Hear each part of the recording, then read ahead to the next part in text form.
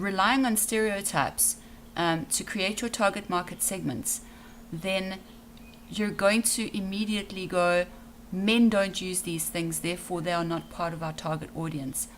This is a problem. This is a danger. In the same way, maybe you go, I don't know. Let's think of a stereotype here.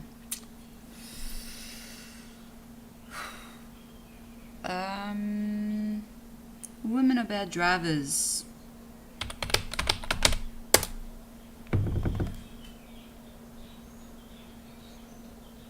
If you go women are bad drivers and men are really the ones that buy the cars, oh shit, let's not look at that. Cars. Who are we going to advertise to? We're going to advertise to men. So, how many of these adverts actually appeal to women? And you thought tuition was expensive. What about... It wouldn't be temptation if you could resist it. Okay, these are all really interesting adverts when it comes to buying cars, because the men buy the cars. That's a stereotype, right? It's a very, very dangerous stereotype. So this is the problem. How's it? Okay, welcome. This is the problem with stereotyping when you're trying to create target market segments. What about candles? Candles. Scented candles. Who buys scented candles? Who uses scented candles? Let's think about this now. Hippies. Hippies use scented candles. Not only do hippies use scented candles. Oh, look. Man candles. Okay, this is interesting. Movie nights. Bacon. I'm not sure if that's real. I honestly don't know if that's a thing. But it's interesting because people use candles for a whole bunch of different reasons. And you can't just go, the only people who would buy scented candles are hippies. People use them for decor, for gifts, to light their houses during load shedding.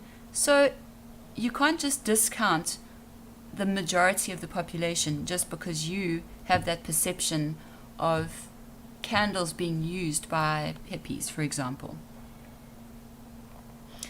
Are there any questions so far?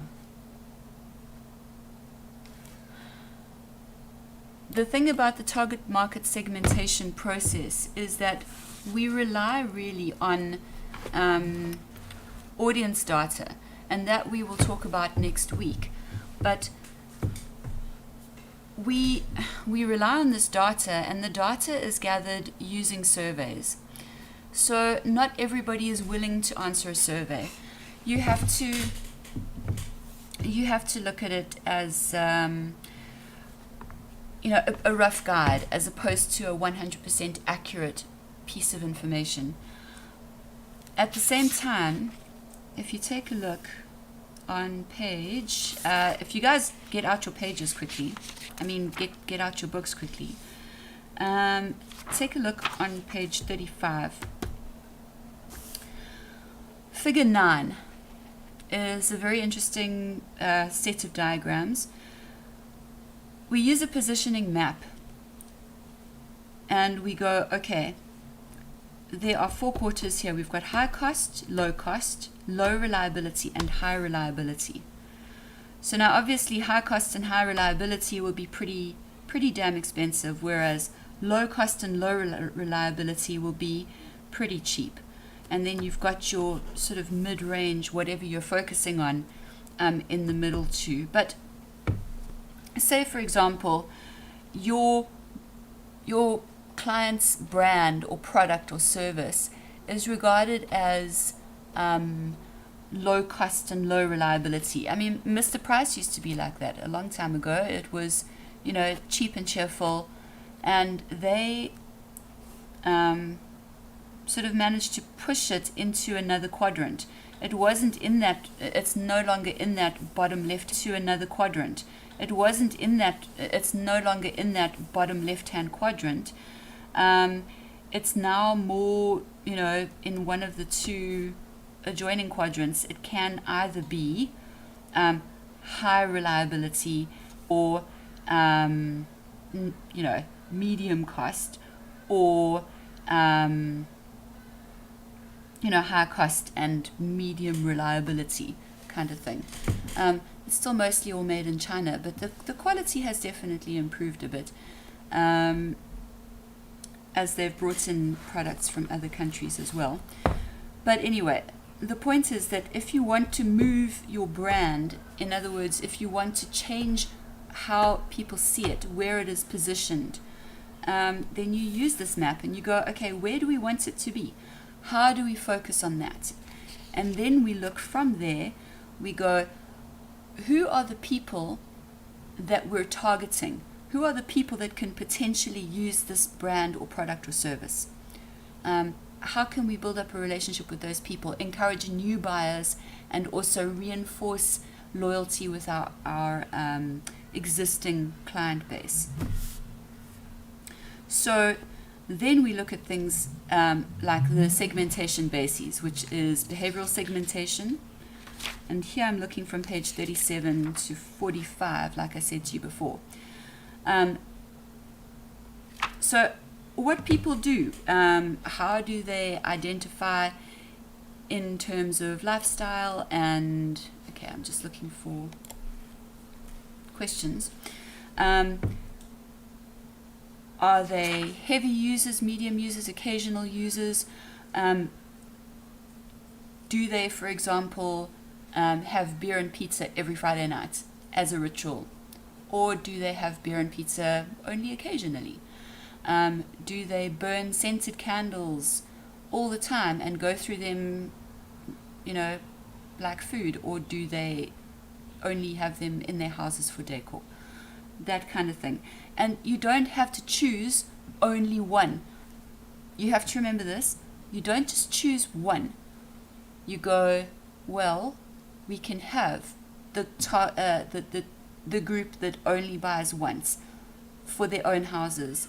What about the decor companies that buy for their clients? What about the wedding decor people who buy either for the tables or as gifts?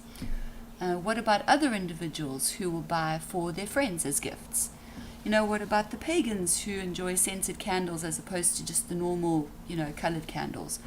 What about, so you've got to think about all of these different groups of people, and don't just choose one segment. That is the whole point, is that you choose a range of segments. And those are the things that people will have in common, is they will buy candles. But when do they buy candles? For what purpose do they buy candles? And that's what will differentiate them in terms of segments. Okay. Benefit segmentation. What kind of benefit do they get from that particular product or service?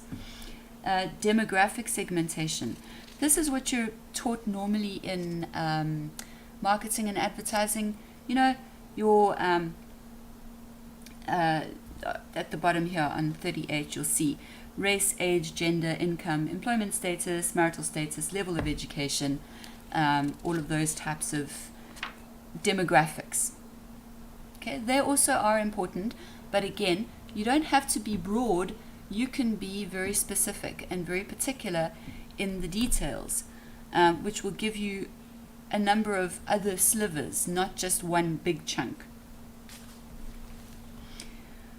Age is very important, because obviously at different ages, at different stages of life, you're either a primary or a secondary consumer. And also you have different needs, you have different milestones that you're working towards. So those things all have to be taken into account. Income, very important, because I'm fairly certain that no one who lives below the breadline is going to be buying Yankee scented candles. I mean, these things are insanely expensive, unbelievably expensive. And yeah, they're really nice, but I mean, really, you know, I can't afford those. I don't know about you guys, but they're nice to look at. Language, again, if you're advertising in or communicating your message in only one language, then you're missing out a whole range of people. So, you know, you've got to take that into consideration as well. And it's not only about trying to get the people who speak that language to buy. It's about respecting people's cultures as well. You know, it's actually quite a big thing these days. If you want to respect somebody's culture, then you have to go the extra mile to show that you understand them. And that also includes speaking their language, taking account of what language your target market segments speak. Okay. Geographic segmentation. So where are you based? You can no longer just go, oh, in South Africa. Blah. Okay, you have to consider that maybe you have the 3 major metropolitan areas only, because that's where your shops are. You know, so Cape Town, Durban, and Joburg. Those are your 3 shops. So people are not going to travel from Komatipoort to, you know, whichever place is closest to them from there. I don't even know which one it is, to buy a product. So yeah, you know, you have to think about that. Lifestyle. And also with geographic segmentation, you have to also look at seasonal changes with that. Remember that if you're going to advertise, for example, gumboots for the rainy season, you're going to advertise it in different areas at different times, because on the East Coast we have summer rain, on the West Coast they have winter rain. So you can't advertise gumboots in the middle of summer in Cape Town. No one's going to use them. No one's going to buy them. But in the middle of summer on the East Coast, in Durban, for example, yes, they will buy them. Lifestyle segmentation. Okay, this is not so much, it sort of combines income and behavioral interests together, but into a new feature, which is lifestyle. So if you like to water ski, for example, or you just enjoy extreme sports in general, or if you don't like to go out at all, that kind of thing is accounted for in lifestyle segmentation. Psychographic segmentation looks at people's attitudes and beliefs and values. If you have conservative Christians, that will come under psychographic segmentation. If you have, I don't know, people who embrace the Spartan lifestyle, which is minimalist, then, you know, that'll also come under psychographic segmentation, because it's not necessarily an income thing. It might be a lifestyle thing, but it's more an attitude and a belief system, which means that you're looking at it in terms of attitudes, beliefs, and values. And then lastly, media or channel segmentation. So, of course, you've got to look at it in terms of, you know, are you going to advertise on radio? Are you going to advertise on TV? If you have particular adverts for, say, for example, a print magazine, then you're going to have to include that in your target market segmentation process. Okay.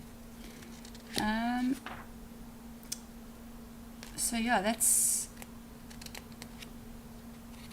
pretty much it for the segmentation bases. I'll just check again for some questions. Anybody? No? Let me see if I'm still online. Yes, I am. And I've got 14. Awesome.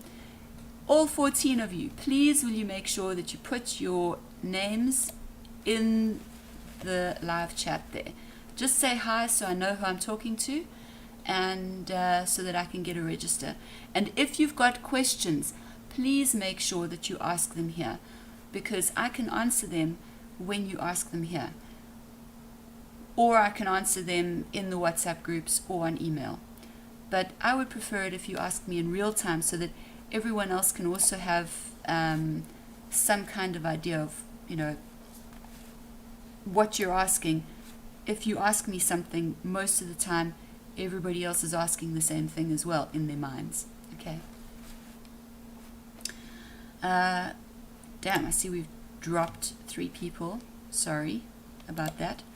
I do know that there is load shedding in some places, so I hope that you guys are able to follow this. But if you can't, then just like last time and just like the next 12 weeks that will follow, I will upload this as a video so that you can download it and watch it over and over again if you want to. Now, am I still live?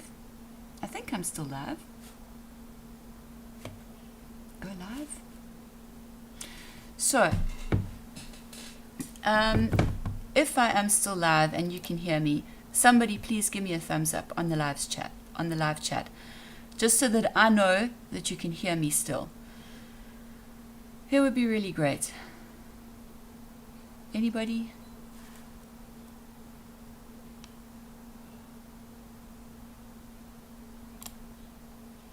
Okay. Well, I'm going to keep on talking anyway, because this is my lecture time and I'm teaching you guys. So, you guys need to look at, okay, this is what I really wanted to talk to you about, and I will do a little bit of story time here, because I want to just go back to the ethics of segmentation. The problem with segmentation is that sometimes there is an ethical consideration. So I'm going to read this to you. The first point is to be circumspect about one's stereotypes. Stereotypes, or the assumptions that we make about people based on their characteristics, are an essential part of what it is to be human. We learn from our experiences in life, and we make rules based on those experiences in order to reduce the complexities which surround us. If you get cheated by a used car salesman, it is certainly reasonable to be more careful the next time you deal with one. So we bring all of these experiences with us into the world, okay? You have to remember that, because we create stereotypes, we buy into stereotypes, and we accept stereotypes as truths in our lives when we have bad experiences with people. A good example of that is all white people are racist. That is a very, very common stereotype in South Africa right now. Another stereotype which is very, very common is, let's see, all Muslims are terrorists. Maybe not in South Africa, but definitely in America. Now, you have to remember that each person is a person. You can't go, well, you're white, therefore you are racist, therefore I will exclude you from whatever it is that I'm thinking about in my worldview or whatever. Well, look, you can certainly do that as an individual. You have the right to do that as a person. But when you are being a professional in the media industry, you have to look at it in a different way. You have to go, okay, my personal prejudices aside, my personal beliefs aside, this is what we're going to look at. We're not going to exclude these people just because I think that they are, racist or full of shit or worthless or whatever. So, let me just see. If you've got any comments, again, guys, put them down here and let's talk about it. Because I'm quite keen to discuss this. You have to sort of stereotype to a certain degree when you are looking at target market segmentation, because you are, by the very definition of target market segmentation, you're placing certain characteristics over a group of people. But you have to be very, very careful and not do that in a negative or destructive way. So let me carry on reading here. However, stereotypes can be useful as well as wrong. The fact that you get cheated by one Russian doesn't mean that you shouldn't trust any Russians and treat all of them as though they were criminals. The same applies to the use of stereotypes in market segmentation. It may be reasonable to assume, to begin with, that hikers are likely to also enjoy fishing, but you could be wrong. The best way to proceed is often simply to be aware of one's stereotypes and to be actively open to having them proved incorrect. Okay, so I hope that you guys understand that. I'm fairly certain that it's straightforward, but there is a certain amount of metacognition, so thinking about what you're thinking about, in target market segmentation, and you have to think about how you view the world. How do I see these different groups of people? And then you can acknowledge it and go, okay, well, that's my opinion, but it's not necessarily the way it is in real life. Awareness and the willingness to be wrong are important because of the second point, which is that segmentation often determines access to goods and services. If you were responsible for segmentation and channel strategy for a government department, your decisions could determine who is exposed to the message and who isn't. Now imagine this. They come up with a new cure, okay, not a vaccine or a treatment or whatever, like a cure for HIV/AIDS. And because all of your life you believe that HIV is a black person's disease, then you don't put it out on the channels that reach white people. You only put it out on the channels that reach mostly black people. And therefore, none of the white people in South Africa get to know about it. You know, they're not exposed to the message. Highly unlikely, and probably never going to happen in our lifetime, touch wood. But it's an example of what could happen if you let your stereotypes run away with your decisions. A third consideration is that segmentation leads to targeting, and targeting determines where the money gets spent. The money, in turn, pays for the content people enjoy on radio, TV, in print, on websites.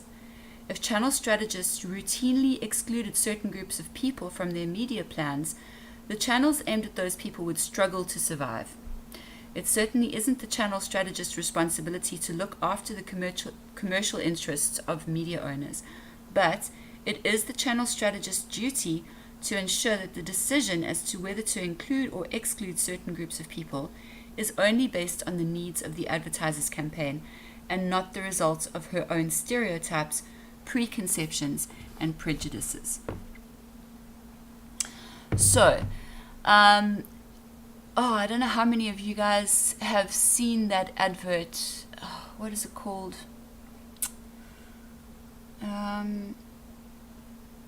The one with coconut kills. That is 100% Sanson stereotyping right there. And the message stereotypes Sanson people. But if you take a look at the channels, okay, now this is something that you have to watch out for.